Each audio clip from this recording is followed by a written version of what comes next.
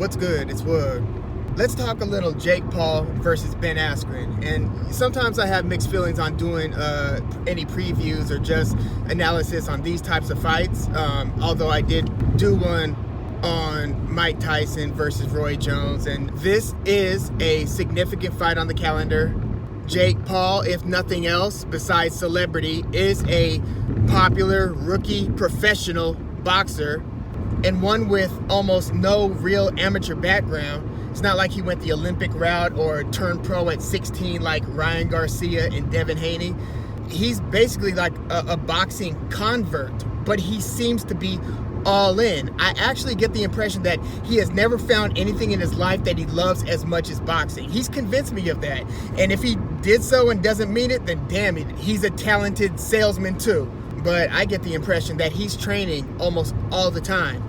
And some of that showed in that Jake Paul versus Nate Robinson fight. Several knockdowns, 3 knockdowns, and a put-you-to-sleep knockout. Beautifully set up, the footwork in terms of taking the step back, planning, and firing. To have your feet ready to pull the trigger in the way that he did, you could tell he's been going through the rigors of trying to get these things to become second nature.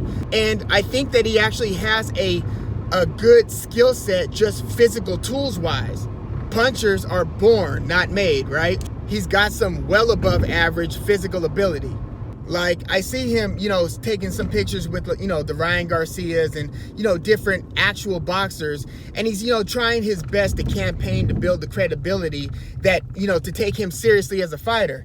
And to his credit, he's taking fights. And in this case, he's taking a fight against an actual fighter. Not one that's known to be stand-up heavy, or he's not taking on a former boxer, kickboxer. Ben Askren is obviously an Olympic-level wrestler, among the best that's ever graced the UFC, along with like a Daniel Cormier or a Yoel Romero.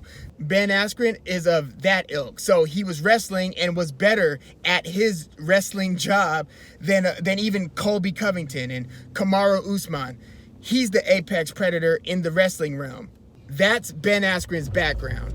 And he has won MMA championships in major organizations. Bellator champion, one organization champion. So for the past several years, Ben Askren has been fighting fighters of all types, stand-up, takedown, everything in between. He's been fighting these guys and winning all of his matches until he ran into that Jorge Masvidal knee. Askren was on the receiving end of one of the most iconic blows within the opening seconds of the fight versus Jorge Masvidal you could ever imagine. It was electrifying. Oh my goodness. And since then, Ben Askren lost to Damian Maia, got stopped, and then retired. Hip replacement surgery. He's almost 40 years old.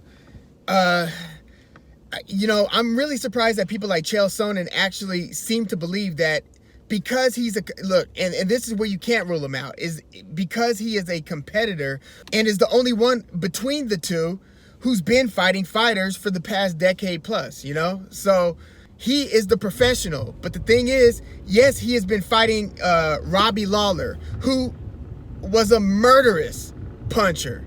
His reflex when in danger or just to kick off the fight is to bring this down to the ground and bring it to my level, because this is my environment where I thrive. I'm not going to be out here throwing jabs, working leg kicks, and trying to work angles on you, getting right crosses in.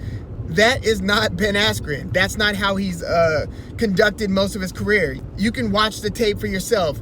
Name me the significant fights where Ben Askren is on his feet and is actually playing the boxing game and is winning the fight via that method. Put it like this.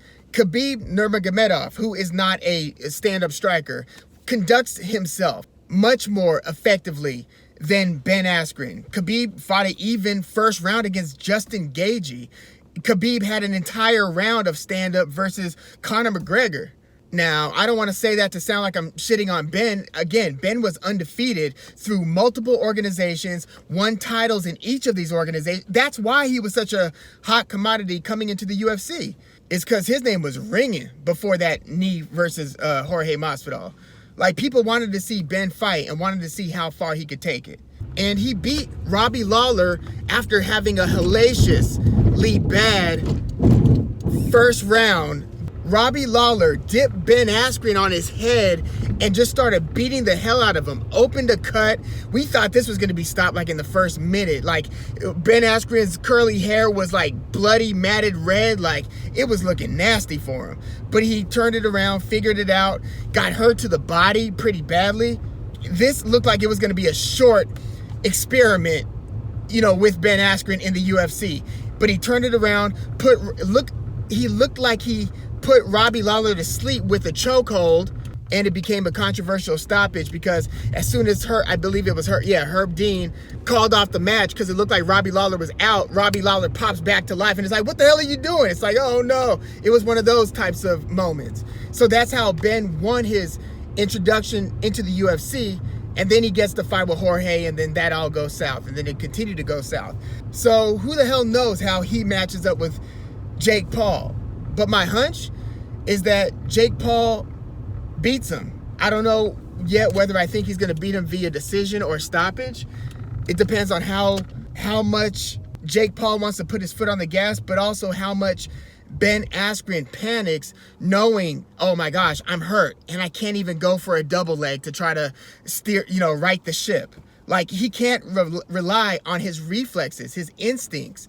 Those things are built. Like, think about it. To be an Olympic wrestler, how ingrained do your instincts have to be in a competitive environment? You resort to different things to gain an advantage over somebody that you're fighting. The only difference is that whole realm of the game, the whole realm that you've relied on your whole collegiate, amateur, Olympic, and professional career, basically, it's now abandoned you. You can't go to it. So for that reason alone, almost, I'm thinking Jake Paul. Not to mention Jake Paul, again, for the last couple years at least, has been putting in the work, significant work. That's the thing. You see this dude, he's sweating every time you see him. Like, he has kind of reshaped his normal YouTube game to incorporate this, but I feel like this is kind of becoming the primary thing in his life as far as his passion, what he's really pouring his heart out into. And I think that matters. I don't know where Ben Askren is in the fight game. I think he sees a money opportunity, and he has said as much, that he's going to take advantage of this, and that this, I don't think that Ben, as competitive as he is, I don't think his heart is in it in the same way that I feel like Jake Paul's spirit appears to be in it, So I got to go with that. And again, he's got a laser of a right hand. He's got a nice check left hook. There are all kinds of things that I think are unexperienced, strictly in the stand-up, Ben Askren might run into. Jake Paul's not a little guy either. Like, he's a big boy. I think he might put it on Ben. I mean, in Ben's last fight, he's caught up in this stand-up with Damian Maia, another largely non-striking, super jiu-jitsu heavy, a jiu-jitsu specialist, one of the best submission artists in MMA, UFC, whatever history, Damian Maia. Ben and Damian Maia were like caught in like a very just looking stand-up. A lot of people, to the naked eye, they might even say it looked pathetic. I'm not going to go there, but it looked pretty sloppy as far as how technical their stand-up game was. But then again, you watch some boxing fights and it looks, not technically sloppy, but, you see boring fights of all types.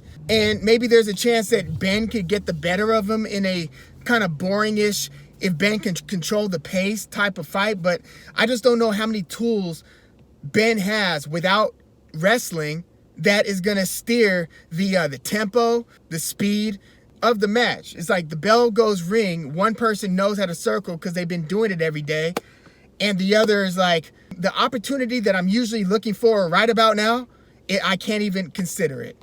I'll get disqualified. Actually, if that is one of the betting lines that's understated or that's just not really considered, Jake Paul via DQ, Ben Askren might have to pull out every tool that he knows, because I don't think that he's going to handle he can't even use leg kicks.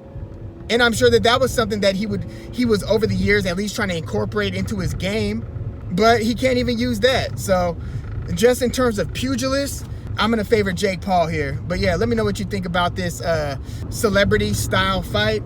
And what do you think about celebrity fights as a whole? How do you think it impacts boxing? How does it impact MMA? Do you like the boxing versus MMA in boxing or MMA style matches? Are some of those interesting?